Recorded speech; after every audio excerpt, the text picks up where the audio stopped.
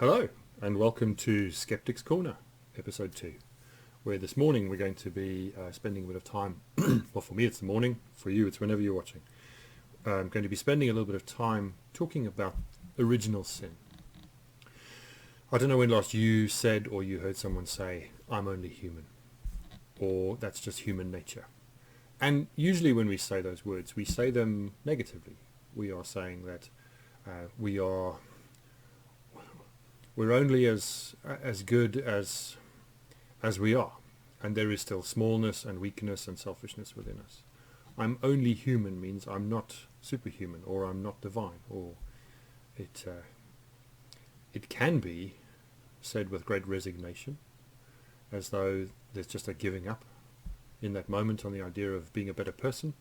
There can also be quite a lot of defiance in that, as though we resent the way that we're expected to be someone that we're not, or not yet.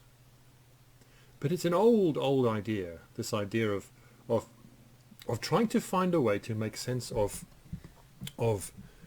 good and evil, if we want to use strong language, or the propensity to love and to choose the things that are the opposite of love, that are fear and selfishness towards ourselves and towards other people, and all of their consequences and actions that ensue from those.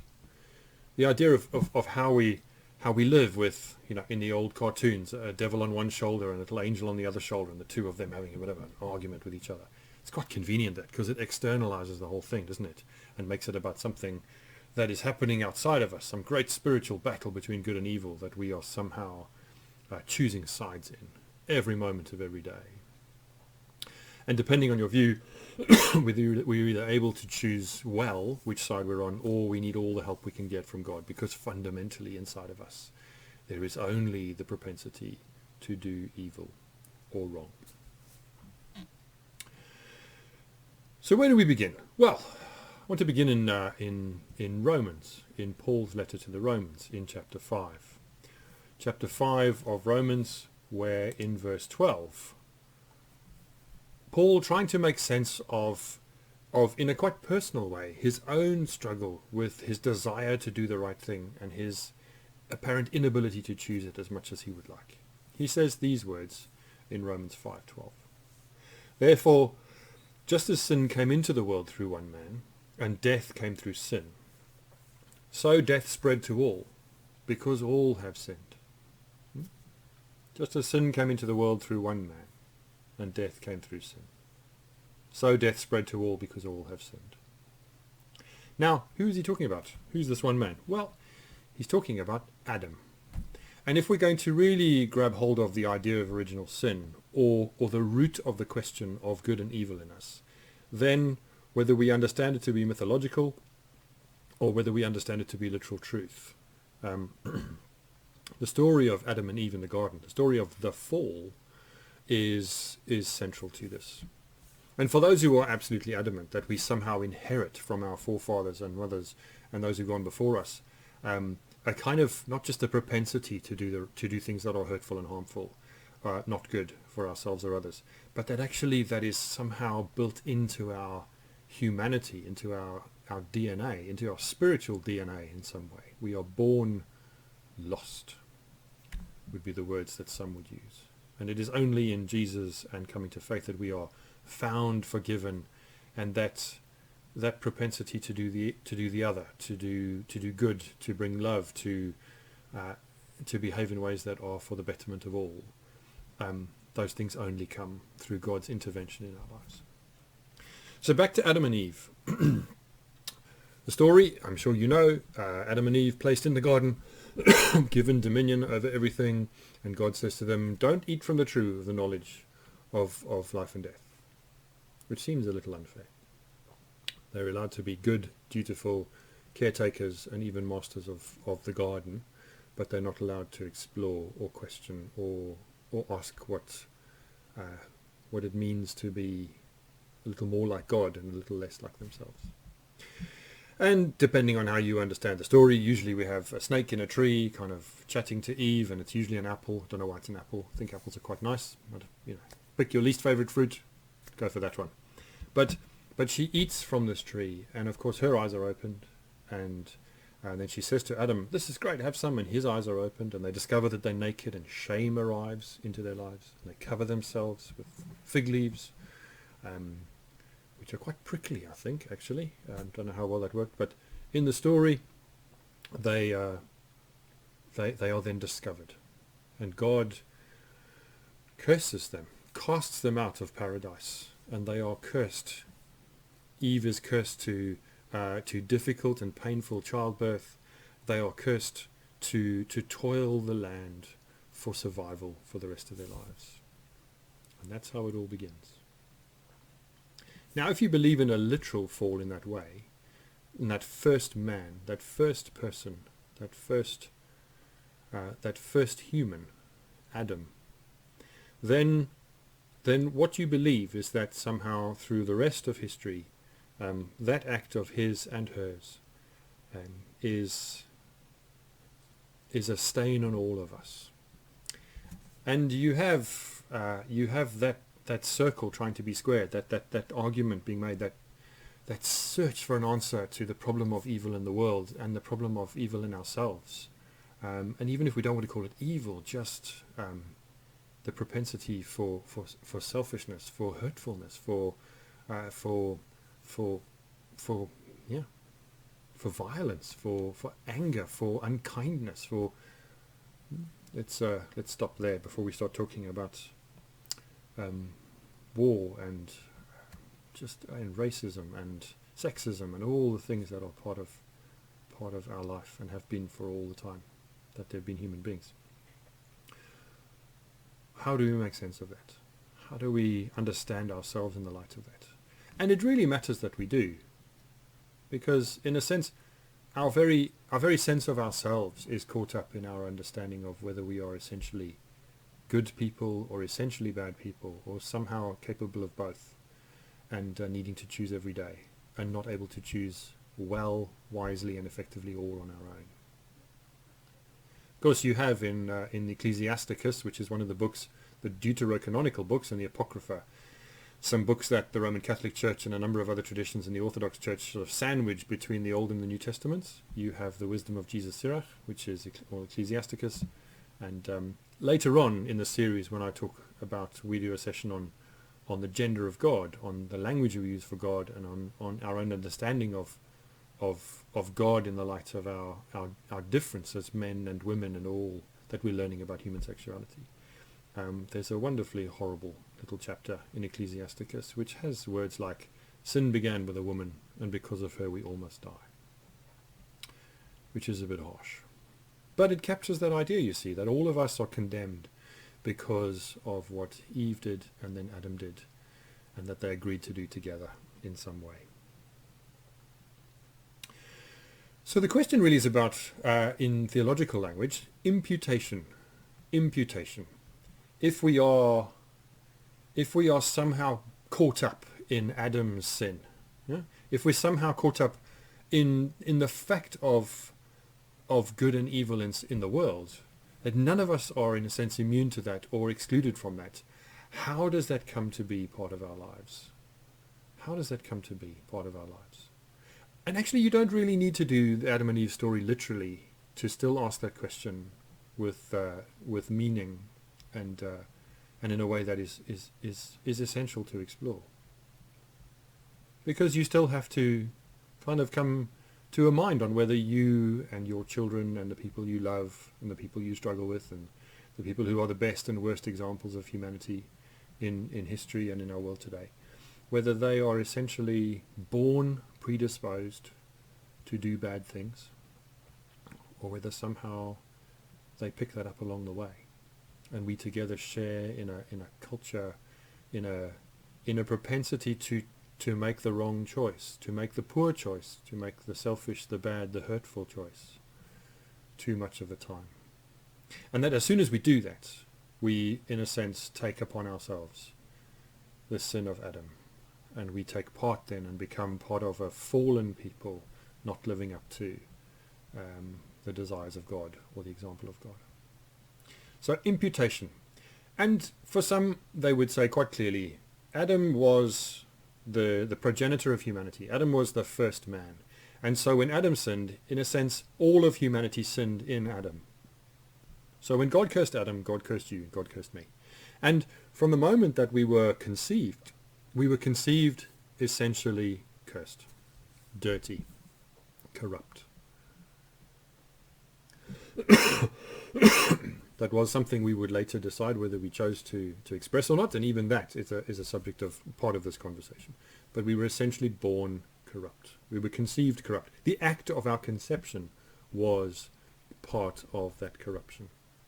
Now, the church and human history, especially the church, has had a long and checkered past with human sexuality and our essential discomfort with talking about it and dealing with it and recognizing the ambiguity of it and the complexity of it. And for a long time in the church's life, people have actually considered the act of sexual intercourse a dirty, almost immoral thing. Even within marriage, it was a necessary evil in a sense, especially if you enjoyed it. Oh my goodness. At times, our Puritan natures have done us a huge disservice in so many directions. So how do we become sinful? If you believe that in Adam's sin, we are all somehow excuse me, we are complicit in that. We are partakers in that because we are the offspring of the original human beings. Then that's where you start, with a very low view of yourself as essentially bad from birth. There are others who would say the sin of Adam isn't imputed directly in that way. The sin of Adam is imputed in a kind of federal way, if that makes sense. We take part together in a world that continues to express and to shape ourselves around selfish choices, hurtful choices, divisive choices. God entered into a covenant of works with Adam. He promised to bless Adam and the entire human race with eternal life if Adam obeyed. Adam disobeyed, and that brought suffering to the whole human race. So it's not that we are sinful because of Adam, but that because of Adam we suffer and we find ourselves unable to loose ourselves from the bonds of that. And then you have St. Augustine, who is lauded in lots of ways, but I think gave us some of our least helpful theology, who was the kind of proper author of a view that those of a Calvinist mind and Martin Luther even have perpetuated in their own understandings in their time of what it meant to be human in all the worst ways that we are that, where they talk about utter depravity. Utter depravity. We are utterly depraved, which means that from the moment of conception and birth, there is nothing good in us. Nothing. And any good that is part of our lives is only there because of the direct intervention of God in some way. We don't just have the door opened through the fall or our understanding of that to the possibility of evil in our lives and our participation in it together as communities. But we are fundamentally only able to do things that are bad without God's grace. And we see that in Romans. We see Paul later on in Romans, again, just trying to make sense of his own struggle with his own desire to do the right thing and his own impulses and his own maybe immaturity, who knows, his own psychological and weaknesses as we would understand them now. Or maybe, if you want to go there, his own sinfulness. Because he writes these words in Romans 7. For we know that the law is spiritual. And when he talks about the law, he's talking about the Old Testament law and the law that they've inherited, the scriptures they have as Jewish people. But I am of the flesh, sold into slavery under sin. I do not understand my own actions. For I do not do what I want, but I do the very thing I hate. Now if I do what I do not want, I agree that the law is good. But in fact it is no longer I that do it, but sin that dwells within me. So he sees himself somehow sort of set free by God to be his true self, but that lodged within him there is this, I don't know, this kind of growth, this thing that is still part of his life, that lives inside him, that he's trying to be rid of. For I know that nothing good dwells in me, that is in my flesh. I can will what is right, but I cannot do it. For I do not do the good I want, but the evil I do not want is what I do. So I find it to be a law that when I want to do what is good, evil lies close at hand. For I delight in the law of God in my inmost self, but I see in my members another law at war with the law of my mind, making me captive to the law of sin that dwells in my body. So we could read that quite poetically. It's an agonizingly beautiful way of saying, I can't seem to do the things that I know are good for me and for other people. Or we could read it with a mind that says, but there is this vein, this streak, this spiritual DNA that's part of our essential humanity, which makes us choose the wrong. Now, I don't know what you think about that. I know that the way we think about ourselves in terms of where sin comes from, or what sin is, which is the topic for a whole other conversation, matters enormously. Wherever you think that arises in your life through some kind of original kind of cursing of your life that you need to be liberated from by the good news of Jesus Christ, or whether that is something that is maybe part of God's giving to each of us of the ability to choose. That is part of relationship, means the freedom to choose, and not just to choose the good, but also to choose the evil. And when we talk about sin, we'll talk a bit about the book of Job, because that's a really long allegorical attempt to understand what it is that is happening in our lives when things go dreadfully wrong, and where that comes from. But here we are, sitting in our own skins, doing the best we would hope to be ourselves as best we can, but knowing that within all of us there is this tendency, there is this possibility always of choosing something not just hurtful but even deeply destructive in some way. So as Methodists, we're not entirely sure what to make of this. John Wesley himself, his own leanings were very much towards a kind of Calvinist understanding of original sin, if I read him correctly. That he introduced us to the idea of what he called prevenient grace.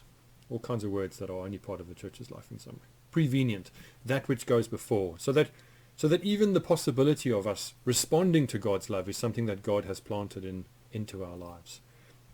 That God, in a sense, goes before us and tills the soil of our souls, so that when the seed can be planted, it finds fertile ground. Now, that it's a complicated thing to think about, because it has its roots still in John Wesley trying to understand what it is that brings us to the choice to include God in our lives, at the same time as wanting to make sense of and hold on to an understanding that we are depraved, that we don't come to that on our own, by our own will, by our own freedom, by our own volition, I guess. Where do we go with this? Well, I want to suggest that one of the places where this idea is most powerfully presented to us is in the virgin birth, because you have to ask why the birth of Jesus needs to be a virgin birth. What is that about? And maybe it's about God essentially needing to be involved in the parenting, in the creation of Jesus, for Jesus to be truly divine. But there are many who would say that fundamentally the virgin birth is about God somehow finding a way through and out of the fact of any child being born of two human beings, being someone born in sin, with the sin of all of humanity imputed onto their lives by virtue of their parents, being who they are and creating them. Now that's quite a choice to make, to try and just make a distinction between those two quite opposite positions. But it is worth thinking about. It is worth thinking about, because we make quite a lot of the virgin birth at Christmas. The Roman Catholic Church and some other traditions have scratched their heads a lot further down that path, saying, but it doesn't really matter whether it's one parent or two parents who are involved in the creation of that child. Only one of them needs to be a sinner, essentially. Only one of them needs to be in original sin for that child to be tainted by that, affected by that. And so the question of Mary and Mary's sinlessness has become part of the Roman Catholic Church's life and tradition.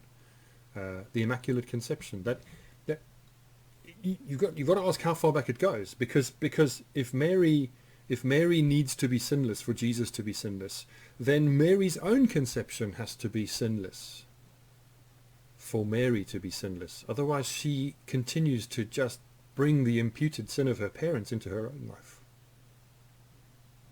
So it's, I guess, how many layers back do you need to go in order for Jesus to be squeaky clean? Now, please don't understand me to be in any way caricaturing or mocking the Roman the Roman Catholic Church and other traditions' positions on Mary. What they're doing is trying to square a circle that we've been trying to do for a long time, trying to understand the fundamentals of human nature and where that comes from, and especially our propensity for evil at its strongest, for selfishness and hurtfulness, perhaps at the other end of that spectrum. So you have the Feast of the Immaculate Conception every year. In the Roman Catholic Church's life, there is a feast day, in which the Immaculate Conception of Mary is celebrated. It does matter how we think about Jesus as a human being and as God at the same time, and that's a topic for another conversation at another stage. But original sin directly shapes our need to cling to the virgin birth in some ways, as a way of God maintaining the purity of Jesus, and not just as a way of God being directly involved, but as a way of God maintaining,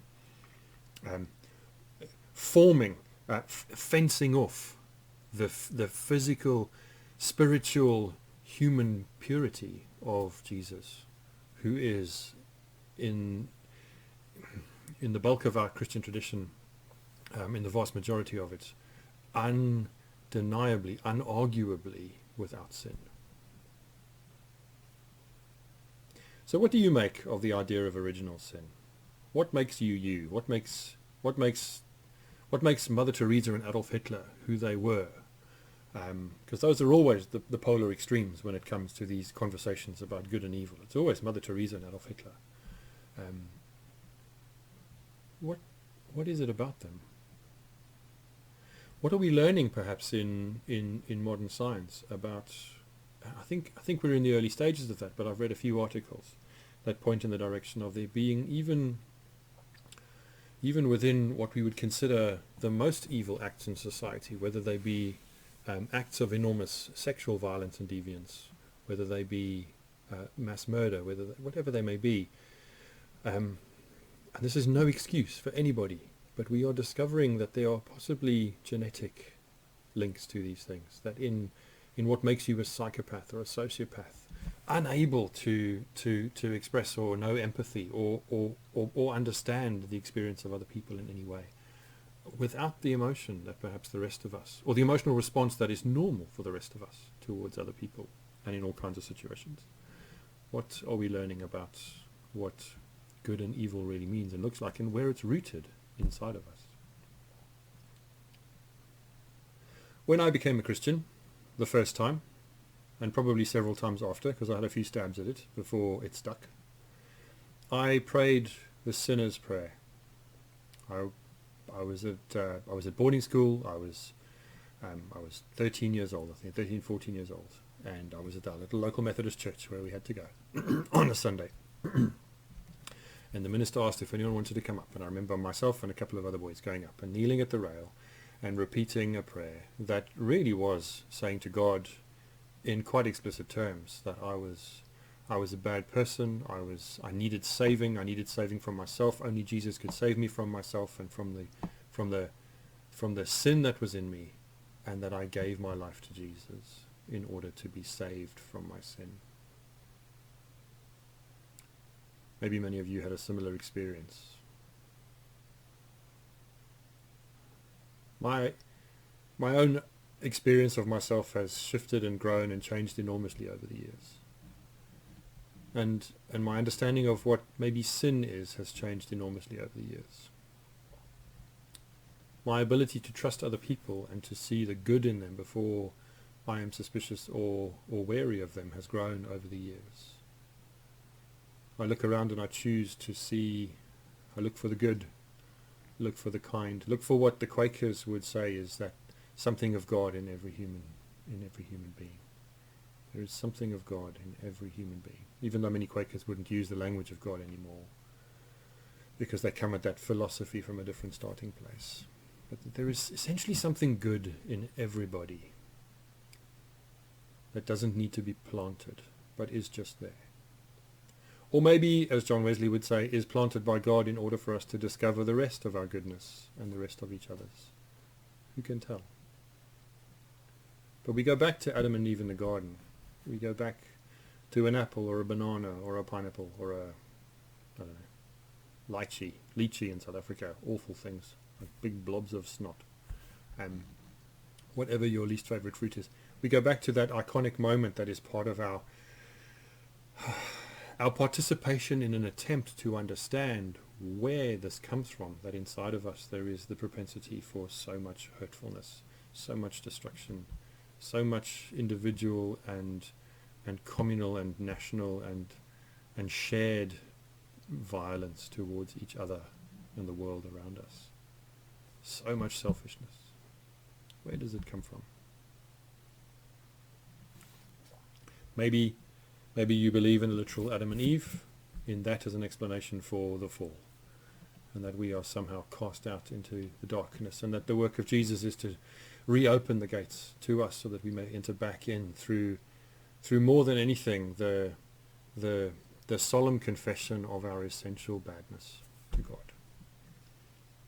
We will talk about those things another time, what it means to be saved, from what, to what, and how that might work, thinking about the life of Jesus. But for today, as we think about original sin, as we think about Mary and the virgin birth, as we think about how we wrestle with and make sense of our own propensities for good or for evil, for right and wrong, for selflessness, for selfishness, these are good questions to think about. So again, on Thursday evening this week, today is the 9th of June, so if you're watching this in a couple of weeks' time, it's a bit like those things on TV where you can't vote, even though there'll be no money taken from you this time. But this coming Thursday evening at 7:30 p.m, I'll be hosting on Zoom a conversation about these things. If you want to join in, you're welcome to join in. Those who agreed to join in last week have agreed that I continue to send them the invitations, but if you'd like to be included in this week's conversation and further conversations, then I will need an email address from you in order to be able to send you the invitation and the password, the link and the password to that particular meeting.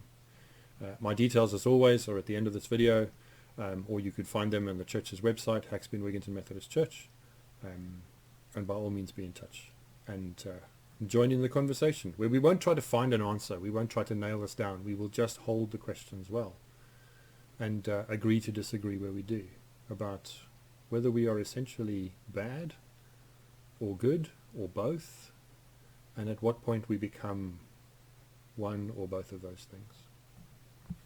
So thanks for listening. I've gone around the houses a bit again, I usually do, and these sessions will usually be about half an hour. And even in half an hour, I've just skimmed the surface of all the deep thinking, reflecting, agonizing, and overconfident proclaiming that is the church's history with this topic, like all the topics we will deal with. And so I've left things out, or if you have questions that you want further answers to, then again the invitation is to join us on Thursday, or if you want to talk about this privately, because what I've said touches on some of your own personal experience of yourself or the hurts you've received, never mind inflicted upon others, then you're very welcome as well to contact me, and we could have a conversation, just the two of us, on screen or on the phone. In person isn't possible yet, but I'd gladly do that too. So I hope you have a good day. I hope you have a good day with yourself, inside of yourself, and that if you are with Paul a little bit, agonizing about how you seem unable to choose the things that you know are good for you and good for other people, that you seem to just keep choosing the things that are not good for you, that don't build you up and that don't move you on.